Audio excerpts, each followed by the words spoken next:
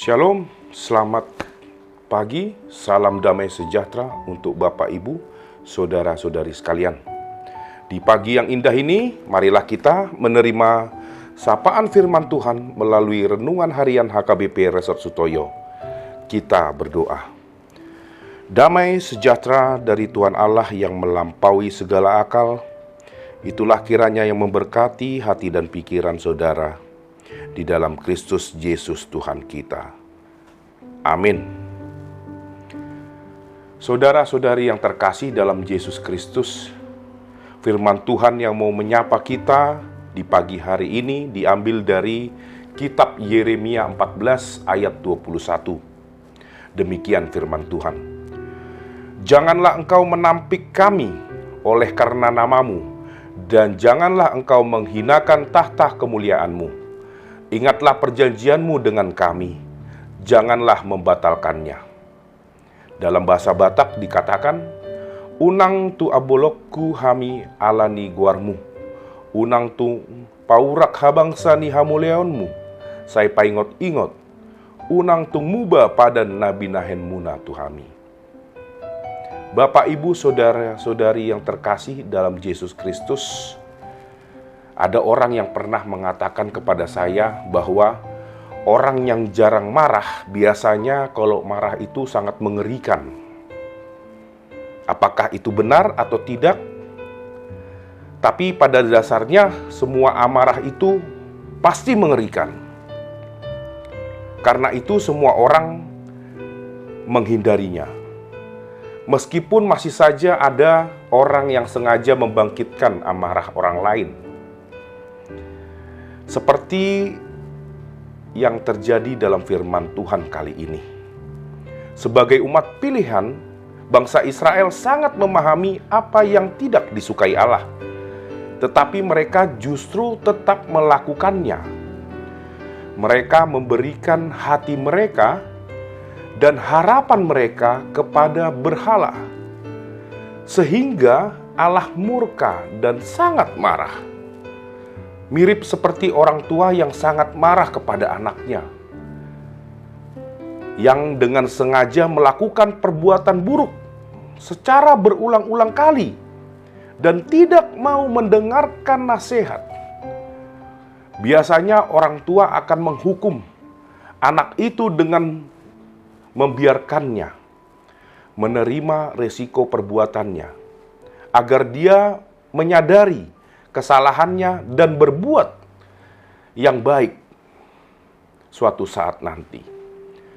Karena itu Tuhan membiarkan kekeringan melanda di negeri itu, sehingga semua kekurangan air, bisa kita bayangkan kalau air sangat susah didapatkan, maka kita pasti sangat akan menderita. Dalam situasi itulah Yeremia yang ada di antara bangsa Israel merasakan empati terhadap penderitaan bangsa itu dan memohon bantuan Allah. Namun Allah menolak. Allah bersikeras karena baginya itu adalah waktu untuk mendisiplinkan bangsa Israel. Saudara-saudari yang terkasih, firman Tuhan hari ini adalah seruan empati atas kekeringan yang melanda bangsa Israel. Kata jangan yang diulang-ulang secara tidak langsung menjadi seruan protes atas keadaan yang sepertinya dibiarkan oleh Tuhan. Itu sebabnya ada kata istilah menampik yang berarti ditolak. Karena Yeremia sendiri ditolak doanya oleh Allah untuk bangsa Israel. Namun penolakan itu tidak menghentikan Yeremia untuk berseru memohon pertolongan Tuhan. Bapak, Ibu, saudara yang terkasih dalam Yesus Kristus, mengapa Yeremia tidak henti-hentinya dan memohon berbicara serta berseru kepada Tuhan? Bahkan saat dia dilarang untuk berseru, hal ini sama seperti ketika kita ditolak untuk berobat di klinik seorang dokter yang kita rasa hebat dan sanggup menolong kita. Tentu penolakan itu pasti tidak akan kita terima. Kita akan terus berseru, meminta, dan bahkan bersujud memohon untuk terus agar diizinkan berobat. Karena kita yakin hanya dokter itu yang bisa mengobati sakit kita. Demikianlah keyakinan Yeremia yang besar kepada Tuhan. Hanya Tuhanlah yang bisa mengobatinya dan menyembuhkannya. Kekeringan bangsa Israel. Sehingga dia terus memohon untuk keselamatan bangsanya itu. Bapak, Ibu, saudara-saudari yang terkasih dalam Yesus Kristus, pernahkah dalam hidup ini kita merasa membangkitkan amarah Tuhan dengan perbuatan kita?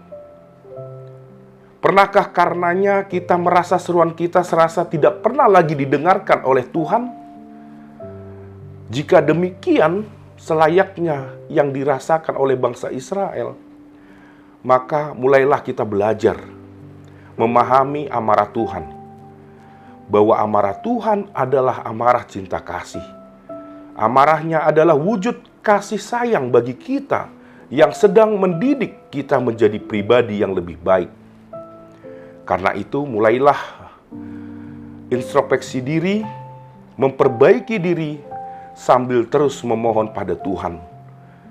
Karena hanya Tuhan yang dapat mengubah situasi sekering apapun itu di dalam hidup kita. Amin. Kita berdoa. Ya Allah Bapa, terima kasih atas firman-Mu yang menyapa kami pada pagi hari ini, yang memberikan kami pengenalan akan kuasa-Mu. Betapa kami sebagai manusia sering melakukan dosa yang membangkitkan amarah-Mu. Ampunilah kesalahan kami Tuhan. Biarlah dengan firman-Mu ini kami selalu belajar untuk memperbaiki diri dari kesalahan-kesalahan yang kami lakukan. Terima kasih ya Tuhan. Di dalam nama anak-Mu Tuhan Yesus Kristus kami berdoa. Amin. Terima kasih telah menonton channel ini dan mendapat sapaan dari firman Tuhan. Shalom, salam sehat, Tuhan Yesus memberkati.